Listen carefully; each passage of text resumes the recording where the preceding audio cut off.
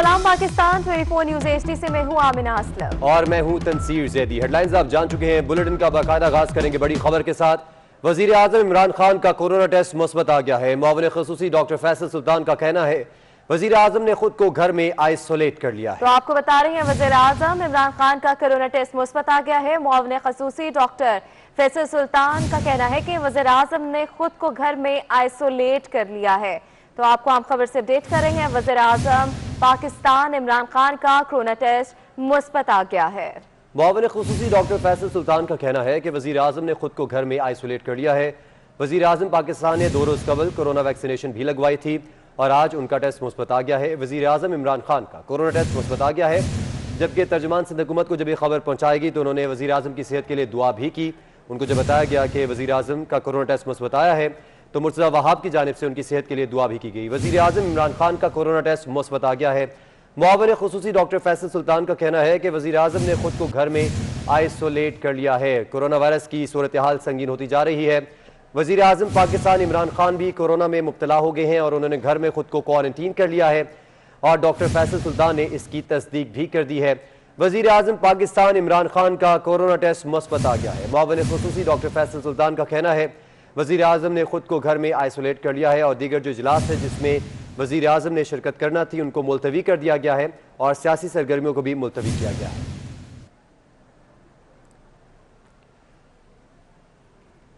वजीर आजम इमरान खान को वैक्सीनेशन के बावजूद कोरोना क्यों हुआ? क्या वजीर आजम वैक्सीनेशन से पहले कोरोना का शिकार हुए? इस पर बात करते हैं। हमारे साथ मौजूद होंगे कुछ तिबी माहिरीन और इस वक्त हमारे साथ मौजूद हैं कराची कोरोना वैक्सीनेशन सेंटर के हेड हैं डॉक्टर फरहत अब्बास शाह साहब। फरहत अब्बास शाह साहब, आपके वक्त का बहुत बहुत शुक्रिया। हमारे तक ये खबर पहुंची है कि वजीर आजम पाकिस्तान इमरान खान का कोरोना टेस्ट मुस्बत आ गया और डॉक्टर फैसल ने इसकी तस्दीक भी कर दी है, जबकि उन्होंने 2 रोज कबल वैक्सीनेशन भी करवाई। किस तरह देखते हैं आप इस चीज को?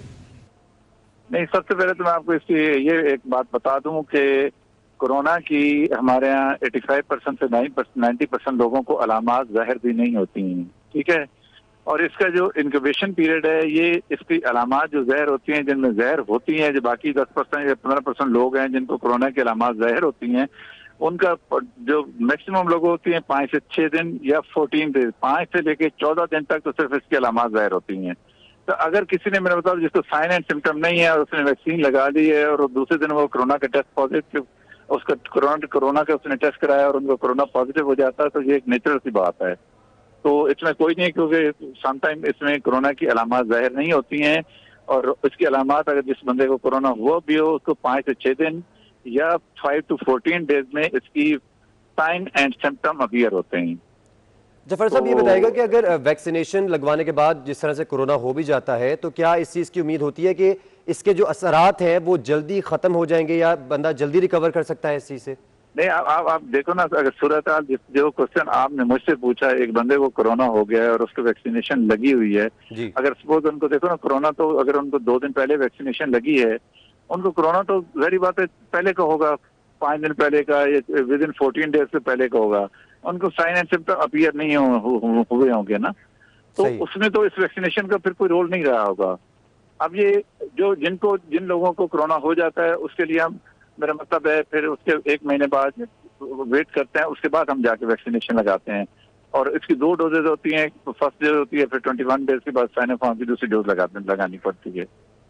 तो सर, ये भी बताइएगा कि इस तमाम तर सूरत हाल में जिस तरह आपने बताया कि सिम्टम्स पहले आना शुरू हो जाते हैं, कई बार सिम्टम्स नहीं भी आती, तो अगर वैक्सीनेशन लगवाने के बाद जिस शख्स ने वैक्सीनेशन करा लिया उसको कोरोना वायरस हो गया है तो उसके लिए कोई स्पेशल अमल हो सकता है या उसकी रिकवरी में कोई जल्दबाजी हो सकती है? देखो, अभी तो वो कोरोना का मेरा मतलब ट्रीटमेंट भी आ चुकी है, वैक्सीनेशन भी आ चुकी है और इस साइनोफार्म जो है वैक्सीनेशन, तमाम वैक्सीनेशन को 100% उनके ये नहीं है कि अगर वो वैक्सीनेशन लगेंगी तो कोरोना नहीं होगा। अब जो साइनोफार्म जो पाकिस्तान में अवेलेबल है या यूए में अवेलेबल है, इसकी एफिकेसी रेट 80% तक है और बाद वैक्सीनेशन जो दूसरी हैं उनका किसी का 90 है, किसी का 92% है। तो ये भी जरूरी नहीं है कि आप ये मत सोचें कि अगर किसी को वैक्सीनेशन लगी तो वो 100% सेफ होगा, लेकिन ये वैक्सीनेशन लगाना जरूरी, इस वजह से तो हम 80% इस साइनोफार्म से लोगों को महफूज कर सकते हैं और वैक्सीनेशन लगाना जरूरी है। अच्छा डॉक्टर साहब, ये भी देखने में आता है कि जो टेस्ट की ऑथेंटिसिटी होती है उसमें भी कभी कभार ग्लिचेस के चांसेस होते हैं कि कोरोना टेस्ट अगर मुस्बत आ गया है तो अगर एक जगह से मुस्बत आया है दोबारा टेस्ट कराने पे वही नेगेटिव भी आ जाता है। ये सूरत हाल कैसी है? नहीं, ये भी इसमें भी जो जो जो टेस्ट है, पीसीआर टेस्ट है ना, इसकी एफिकेसी रेट भी 70% है। इसमें 30%, 30 to 20% फॉल्स पॉजिटिव और फॉल्स नेगेटिव के चांसेस होते हैं, इसलिए इसको दोबारा भी करा लेते होते हैं हम लोग। तो ये तो पीसीआर टेस्ट के तो ये है ना, रिजल्ट यही आ रहे हैं। ठीक है, डॉक्टर साहब हमारे साथ ही मौजूद रहिएगा। वजीर आजम इमरान खान को वैक्सीनेशन के बावजूद कोरोना क्यों हुआ, ये सवाल उठ रहा है और डॉक्टर फरहत अब्बास शाह साहब हमारे साथ मौजूद थे। सर, आपके वक्त का बहुत बहुत शुक्रिया। वजीर आजम इमरान खान को वैक्सीनेशन के बावजूद कोरोना क्यों हुआ, क्या वजीर आजम वैक्सीनेशन से पहले कोरोना का शिकार हुए, और ये तमाम तर सवाल भी उठ रहे हैं। लेकिन अभी आपको बताएं कि वजीर आजम पाकिस्तान इमरान खान को कोरोना वायरस मुस्बत आ चुका है और इस बात की तस्दीक मुआविन खुसूसी बराए सेहत डॉक्टर फैसल सुल्तान भी कर चुके हैं। वजीर आजम पाकिस्तान इमरान खान ने 2 रोज़ कबल कोरोना की वैक्सीनेशन भी करवाई थी, जबकि अभी हमारे साथ मौजूद थे डॉक्टर फरहत अब्बास शाह साहब। उनकी जानिब से कहा गया कि कई बार ऐसे होता है कि कोरोना वायरस आपको हो चुका होता है लेकिन सिम्टम्स उस तरह से नमूदार नहीं होती, और अगर बाद में टेस्ट करवाने पर कोरोना वायरस मुस्बत आ जाए तो वैक्सीनेशन, इसका मतलब ये भी हो सकता है कि वैक्सीनेशन से कबल ही उस मुतासरा शख्स को कोरोना वायरस हो चुका हो। वजीर आजम पाकिस्तान इमरान खान को वैक्सीनेशन के बावजूद कोरोना वायरस क्यों हुआ, ये सवाल भी उठ रहा है। क्या वजीर आजम वैक्सीनेशन से पहले ही कोरोना का शिकार हो चुके थे, ये सवाल भी उठ रहे हैं। वजीर आजम पाकिस्तान इमरान खान कोरोना वायरस का शिकार हो गए हैं और उन्होंने खुद को घर में आइसोलेट कर लिया है। मुआविन खुसूसी बराए सेहत डॉक्टर फैसल सुल्तान ने इस बात की तस्दीक कर दी है कि वजीर आजम इमरान खान का कोरोना टेस्ट पॉजिटिव आ चुका है और वो घर में आइसोलेट हैं। जो इजलास जिसमें उन्होंने शिरकत करनी थी उनको भी मुलतवी कर दिया गया है। वजीर आजम पाकिस्तान इमरान खान कोरोना वायरस में मुब्तला हो चुके हैं और आपको ये भी बताएं कि 2 रोज़ कबल उन्होंने कोरोना वैक्सीनेशन करवाई थी और आज उनका कोरोना टेस्ट मुस्बत आ गया है। वजीर आजम पाकिस्तान इमरान खान को वैक्सीनेशन के बाद कोरोना क्यों हुआ, क्या वजीर आजम वैक्सीनेशन से पहले कोरोना का शिकार हुए, इस बात के भी इम्कान जाहिर किए जा रहे हैं कि वजीर आजम इमरान खान अपने जो टेस्ट है, जो रिपोर्ट मुस्बत आई उससे कबल ही कोरोना वायरस में मुब्तला हो चुके थे। वजीर आजम इमरान खान कोरोना वायरस का शिकार हो चुके हैं और घर में आइसोलेट कर लिया है। मुआविन खुसूसी बराए सेहत डॉक्टर फैसल सुल्तान भी इस बात की तस्दीक कर चुके हैं। वजीर आजम पाकिस्तान इमरान खान का कोरोना टेस्ट मुस्बत आ चुका है। इस तमाम तर सूरत हाल के हवाले से आपको अपडेट कर रहे हैं। उन्होंने घर में अपने आप को आइसोलेट भी कर लिया है, जबकि इस बात के भी इम्कान जाहिर किए जा रहे हैं कि कोरोना टेस्ट मुस्बत आने से कबल ही वो कोरोना वायरस का शिकार हो चुके थे, जबकि टेस्ट बाद में करवाया गया जिसकी रिपोर्ट अब पॉजिटिव आ गई है। और इस बात के भी इम्कान जाहिर किए जा रहे हैं और ये बात 100% एक्यूरेट नहीं है। इस बात की भी चांसेस मौजूद हैं कि अगर आपने वैक्सीनेशन करवा ली है तो उसके बावजूद भी आपको कोरोना वायरस हो सकता है। वजीर आजम इमरान खान को कोरोना वायरस हो चुका है और वो आइसोलेट हो चुके हैं घर पर। साथ ही साथ आपको ये भी बताएं कि मुआविन खुसूसी बराए सेहत डॉक्टर फैसल सुल्तान ने इस बात की तस्दीक भी कर दी है। वजीर आजम पाकिस्तान इमरान खान का कोरोना टेस्ट मुस्बत आ चुका है, जबकि आपको ये बताते चलें कि वजीर आजम पाकिस्तान इमरान खान का कोरोना टेस्ट मुस्बत आ गया है और डॉक्टर फैसल सुल्तान ने भी इस बात की तस्दीक कर दी है। वजीर आजम पाकिस्तान इमरान खान वैक्सीनेशन के बावजूद कोरोना में मुब्तला क्यों हुए, क्या वजीर आजम वैक्सीनेशन से पहले कोरोना का शिकार हुए थे, सवाल जन्म ले रहे हैं। हमारे साथ मौजूद हैं अवैस कयानी। अवैस कयानी, ये बताएगा कि डॉक्टर फैसल सुल्तान ने भी इस बात की तस्दीक कर दी है कि उनको कोरोना वायरस हो चुका है। अब सूरत हाल क्या है, क्या अपडेट्स हैं आपके पास? जी बिल्कुल, वज़ीर आज़म इमरान खान का जो कोरोना मुस्बत आने के बाद उन्होंने अपने आप को सेल्फ क्वारंटाइन कर लिया है बनीगाला में ही। और हमारे जो मोतबर ज़राए हैं वो ये बता रहे हैं कि जो उनके साथ बहुत ही जो उनके घर के अफराद हैं और जो उनके साथ जो स्टाफ है उनका भी जो है वो टेस्ट करवाया जा रहा है वज़ीर आज़म इमरान खान का। और वज़ीर आज़म इमरान खान जो है वो बताया ये गया है कि उनको हल्का बुखार और खांसी की शिकायत भी है और ये तमाम तर मामलात हैं।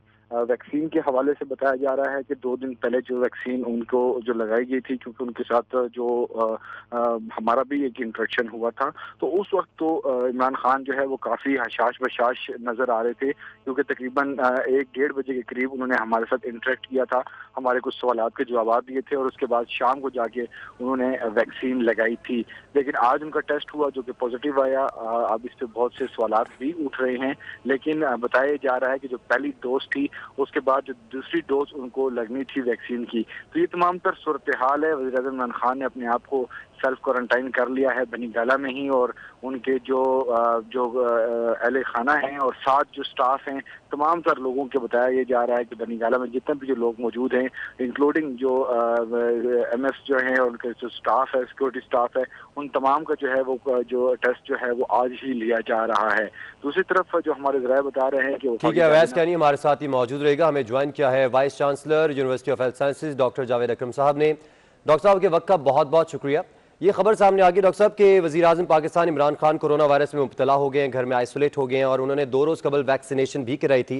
कैसे देखते हैं आप इसको?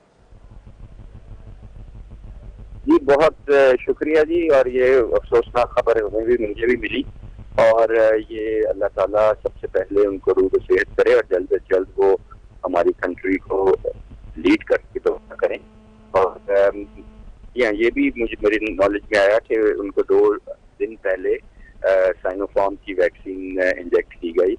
तो मैं सबसे पहले तो ये अबहाम जो लोगों का पैदा हुआ है कि जी शायद वैक्सीन की वजह से कोरोना हो गया है या पॉजिटिव हो गए हैं, ऐसा कभी नहीं हो सकता, क्योंकि जितनी भी वैक्सीन हैं, चाहे वो सब यूनिट वैक्सीन हैं, चाहे वो प्रोटीन बेस्ड वैक्सीन हैं या आरएनए मैसेंजर आरएनए वैक्सीन हैं या जिसमें साइनोफार्म है एक एटेन्यूएटेड वैक्सीन है, तो ये जो वायरस का कुछ हिस्सा यूज किया जाता है या फिर ऐसा होता है कि वायरस को टोटली इनएक्टिव करके किया जाता है ताकि आप कुव्वत मुदाफ़त या आपके इम्यून सेल्स इसके अगेंस्ट एंटीबॉडीज हैं, इनको हम स्पाइक एंटीबॉडीज कहते हैं, ताकि आपको वायरस से प्रोटेक्ट किया जाए।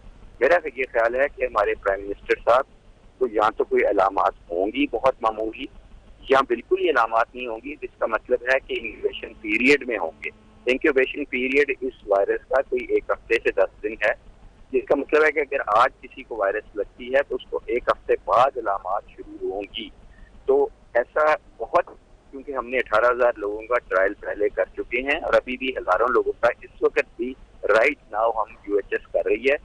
ऐसा बहुत सारे मरीजों में बहुत सारे हुआ है। अब हमारे जो वॉलंटियर्स थे कि उनको वैक्सीन के बाद हो गया, तो उनका ये था कि इंक्यूबेट कर रहे थे तो उनको वैक्सीन लग गई, लेकिन उनको कोई आउटकम इतना डिजास्टरस या कोई खराब नहीं हुआ, सीरियस बीमारी नहीं हुई।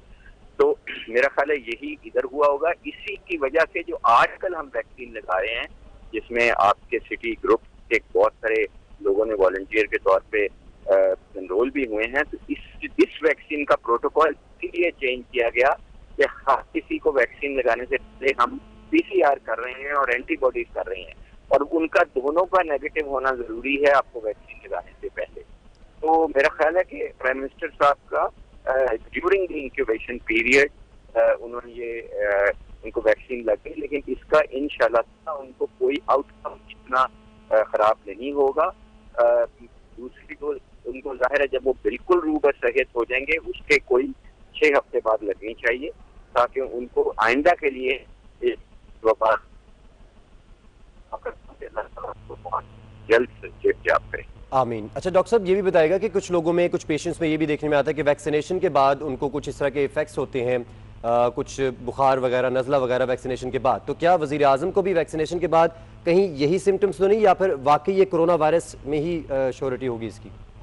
देखिए, आप बिल्कुल सही फरमा रहे हैं कि 5% को ऐसा ही होता है कि जिनको हमने 18,000 को लगाई उनको बुखार हुआ, उनको गले में खराश हुई, उनका जिस्म टूटा और वो 1 या 2 दिन रहा। लेकिन प्राइम मिनिस्टर साहब का जरा फर्क है मामला, क्योंकि उनको तो RT-PCR उनका कर लिया गया है और वो पॉजिटिव आ गया है। ये मुमकिन नहीं है। ऐसा हमारे वॉलंटियर्स में बहुत में हुआ और वो उसकी यही कहानी उनको ये चीज जो वैक्सीन लगाई गई ये उसके दौरान लग गई, इंक्यूबेशन पीरियड या वो हार्बर कर रहे थे और अभी अलामात नहीं डेवलप हुई थी, उस पीरियड के दौरान लग गई। तो जैसे मैंने कहा वो सारे के सारे फुली रिकवर हो गए और उसके बाद उनको दूसरी डोज 6 हफ्ते बाद लगाई गई।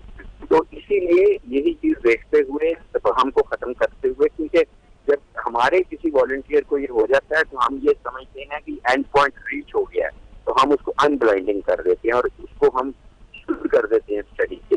तो इसी तरह इसी वजह से अब जो स्टडी हमने प्लान की और जो राइट नाउ आज ही हम एनरोलमेंट और एजुकेशन कर रहे हैं, उसमें हम RT-PCR पहले इंजेक्शन और हम एंटीबॉडीज भी आपकी करते हैं, और अगर दोनों में से कोई पॉजिटिव है तो फिर हम आपको एनरोल नहीं करते, वैक्सीनेट नहीं करते। Vice chancellor university of health sciences doctor Javed Akram साहब हमारे साथ मौजूद थे। सर, आपके वक्त का बहुत बहुत शुक्रिया। पंजाब में कोरोना वैक्सीनेशन मुहिम जारी है। 65 साल से ज्यादा उम्र के शहरियों को बगैर रजिस्ट्रेशन वैक्सीन लगवाने की सहूलत मिल गई। Secretary primary and secondary health care के मुताबिक रजिस्ट्रेशन और पिन कोड की शर्त फिलहाल खत्म कर दी गई है। पिन कोड की शर्त को खत्म कर दिया गया है फिलहाल के लिए। सुबह भर में वैक्सीनेशन की कोई किल्लत नहीं है। इस हवाले से आपको अपडेट कर रहे हैं। पंजाब में कोरोना वैक्सीनेशन मुहिम जारी है। 65 साल से ज्यादा उम्र के शहरियों को बगैर रजिस्ट्रेशन वैक्सीन लगवाने की सहूलत मिल चुकी है।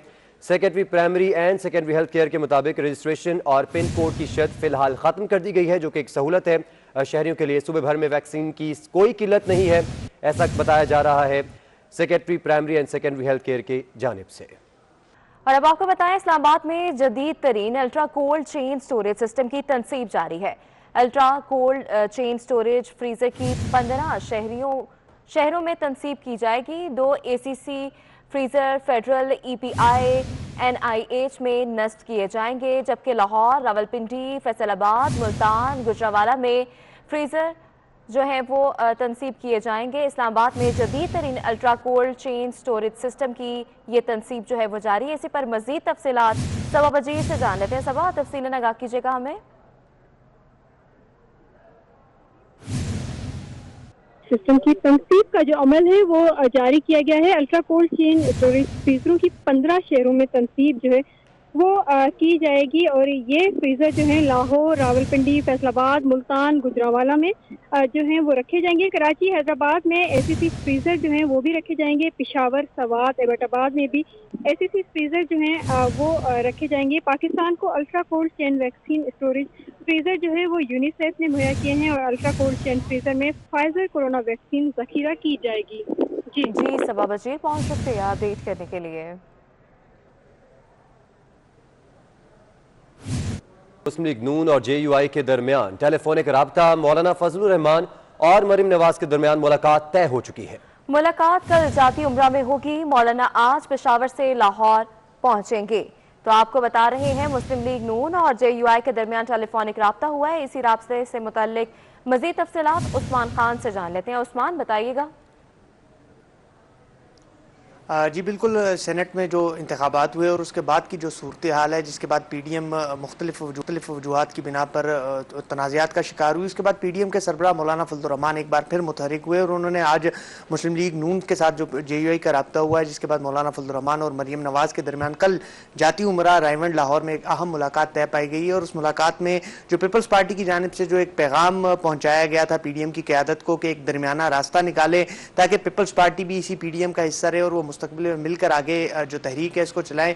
तो उस पर जो कल मुलाकात होगी उस पर गौर होगा। PDM के सरबराह मौलाना फजलुर रहमान आज पेशावर से लाहौर पहुंचेंगे और लाहौर में आज वो पार्टी रहनुमाओं से मुलाकातें करेंगे और कल दोपहर 2 बजे के बाद वो जाती उमरा जाएंगे, जहां पर वो मुस्लिम लीग नून की क़यादत से मुलाकात करेंगे। मुस्लिम लीग नून की क़यादत में जो मरीम नवाज के हमरा उनका वफ़द भी शामिल होगा और उसके बाद जो आइंदा की एक मुश्तरका हिकमत अमली होगी, क्योंकि PDM में जो डेड लॉक बरकरार है, 9 जमातें एक साइड पर है और पीपल्स पार्टी का जो मौक़िफ़ है कि अभी हमने इस्तीफ़े नहीं देने और जमहूरियत के लिए हमने जमहूरी अंदाज से जंग लड़नी है और पार्लियामान के अंदर रहकर इस हुकूमत का मुकाबला करना है। इस पर अब कल एक बड़ी मुलाकात होने जा रही है और पीपल्स पार्टी की जानिब से जो मौलाना फजलुर रहमान तक एक पैगाम पहुंचाया गया है कि कोई दरमियानी रास्ता निकाले, तो उस पर कल की इस मुलाकात में गौर होगा। जी उस्मान खान हमारे साथ ही मौजूद रहिएगा, आपसे मजीद भी तफसीलात जानेंगे। आपको बताएं कि नून लीग के दरमियान सेनेट में अपोजिशन लीडर का तनाज़ा शिद्दत इख्तियार कर गया। पीपल्स पार्टी ने PDM से फिर सेनेट में अपोजिशन लीडर का ओहदा मांग लिया है, जबकि मुस्लिम लीग नून ने आजम नज़ीर तारड़ को अपोजिशन लीडर बनाने के लिए चेयरमैन सेनेट को भी खत लिख दिया है, जबकि पीपल्स पार्टी ने आजम नज़ीर तारड़ को अपोजिशन लीडर मानने से इनकार कर दिया। इसी पर मजीद तफसीलात जान लेते हैं। आज़ाद नोडियो ने भी हमें ज्वाइन किया है। आज़ाद, सबसे पहले आपसे पूछूंगी, पीपल्स पार्टी और नून लीग के दरमियान जो है एक ये जो तनाज़े है वो शिद्दत इख्तियार कर गया है, क्या डिटेल्स हैं आपके पास?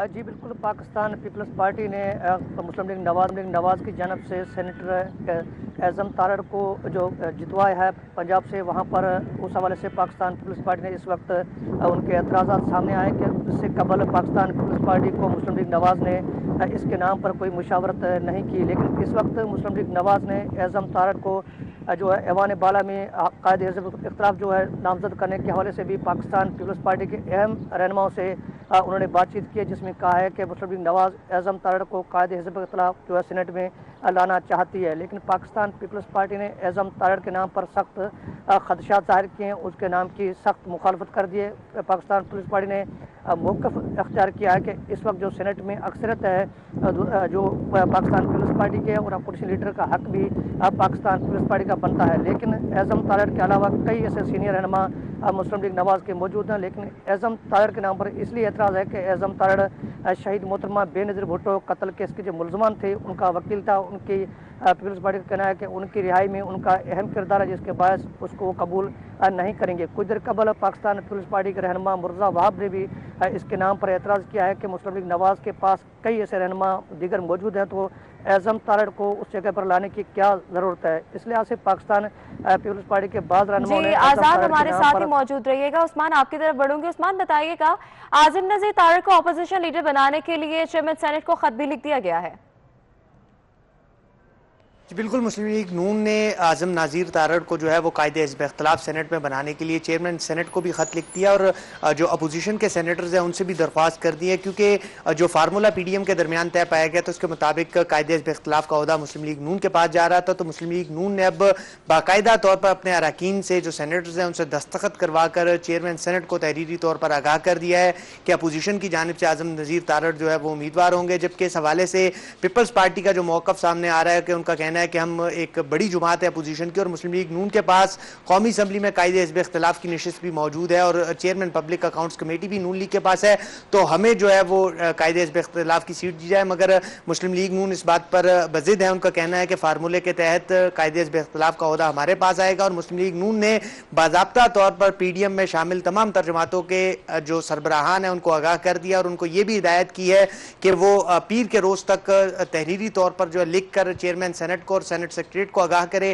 कि आज़म नज़ीर तारड़ जो होंगे वो पीडीएम की तरफ से मुश्तरका जो है कायदे हिज़्ब इख्तिलाफ होंगे। अब पीपल्स पार्टी का अभी तक इस पर डेडलॉक बरकरार है, जबकि मुस्लिम लीग नून ने एक तहरीरी खत भी तमाम तर पार्टियों को भिजवा दिया कि इस पर अपने अरकान के नाम और दस्तखत करवा कर सेनेट सेक्रेटरीट में जमा करवाएं। जब सेनेट सेक्रेटरीट के पास अपोजिशन के नाम जाएंगे और दस्तखत जाएंगे, उसके बाद सेनेट सेक्रेटरीट कायदे हिज़्ब इख्तिलाफ का नाम का ऐलान करेंगी। मगर ताहाल इस बात में डेडलॉक बरकरार है, जबकि जो कल एक अहम मुलाकात होगी जाती उमरा रायवंड में, उसमें भी कायदे हिज़्ब इख्तिलाफ के मामले पर मुशावरत होगी, क्योंकि पीपल्स पार्टी ने गुज़श्ता रोज़ भी पीडीएम की जमातों के सरबराहान को एक पैगाम भिजवाया था और जिसमें कहा था कि हमारी अक्सरियत ज़्यादा है तो हमें दिया जाए। तो कल मरियम नवाज से जो मुलाकात होगी उसमें मौलाना फजलुर रहमान मरियम नवाज से कायदे हिज़्ब इख्तिलाफ के नाम पर मुशावरत भी करेंगे और पीपल्स पार्टी का जो पैगाम था कायदे हिज़्ब इख्तिलाफ के हवाले से, जो उनके तहफ़्फ़ुज़ात थे आज़म नज़ीर तारड़ के हवाले से, वो भी मरियम नवाज के सामने मौलाना फजलुर रहमान रखेंगे, जिसके बाद बाज़ाब्ता तौर पर ऐलान होगा नाम का कायदे हिज़्ब इख्तिलाफ का। जी उस्मान हमारे साथ ही मौजूद रहेगा। आज़ाद, बताइएगा, पीपल्स पार्टी किसको कायदे हिज़्ब इख्तिलाफ जो है वो बनाना चाह रही है, क्योंकि अभी तक कोई नाम अनाउंस नहीं किया गया उनकी जानिब से।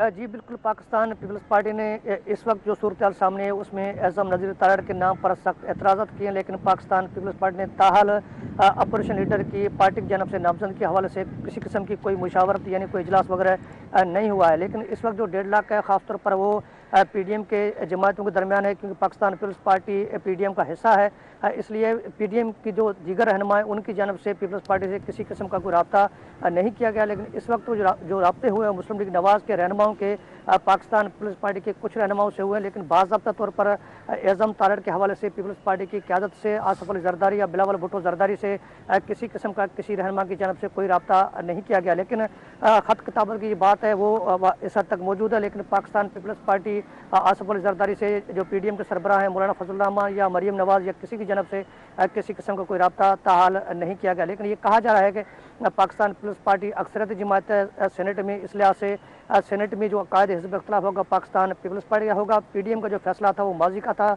सेनेट के इंतखाबात के बाद में इस वक्त सूरत हाल पीडीएम में जो अंदरूनी इख्तिलाफात हैं उसके बाद सूरत हाल तब्दील हो चुकी है और तब तक फैसला कायदे हिज़्ब इख्तिलाफ का नहीं होगा जब तक पाकिस्तान पीपल्स पार्टी रजामंद नहीं होगी कि उम्मीदवार कौन होगा। इस हवाले से पाकिस्तान पीपल्स पार्टी ने अंदरूनी तौर पर अपने मुज़ाकरात जो हैं शुरू कर दिए हैं, लेकिन एज़म नज़ीर तारड़ के नाम पर सख्त एतराज़ इसलिए हैं कि वो शहीद मोहतरमा बेनज़ीर भुट्टो के कत्ल केस से मुलज़मान जो थे उन मुलज़मान का कराची से आज़ाद मोहरी और इस्लामाबाद से उस्मान खान हमें अपडेट कर रहे थे। बहुत शुक्रिया आप दोनों का।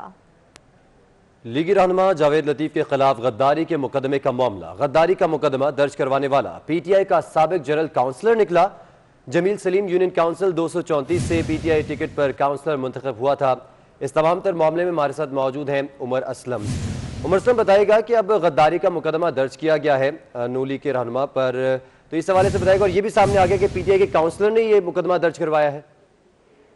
जी बिल्कुल, आज पाकिस्तान के सीनियर रहनुमा मियां जावेद लतीफ के खिलाफ टाउनशिप में जो है वो एक मुकदमा दर्ज हुआ और इस मुकदमे का इंदराज करवाते हुए जो FIR में उनका जो जिसका कहना था कि वो टाउनशिप के शहरी हैं, तहम जमील सलीम नाम के शहरी हैं, लेकिन जराये के मुताबिक ये यूनियन काउंसिल 234 से पाकिस्तान तहरीक इंसाफ के जो है वो कारकुन भी हैं और उसके साथ साथ साबिक में बल्दियाती इलेक्शन हुआ था उस दौर में जो है पाकिस्तान तहरीक इंसाफ के टिकट पर जो है वो काउंसलर भी मुंतखब हुए हैं। मुस्लिम लीग के रहनुमा मियां जावेद लतीफ का इस मुकदमे के इंदराज के हवाले से कहना है कि ये एक इंतकामी कार्रवाई भी है और मौजूदा हुक्मरान जो उन्होंने कोई भी मुतनाज़ा किस्म का बयान नहीं दिया था, उनके बयान को तोड़ मरोड़ के पेश किया जा रहा है। जी ठीक है उमर असलम, आपने आगाह किया, आपका बहुत शुक्रिया।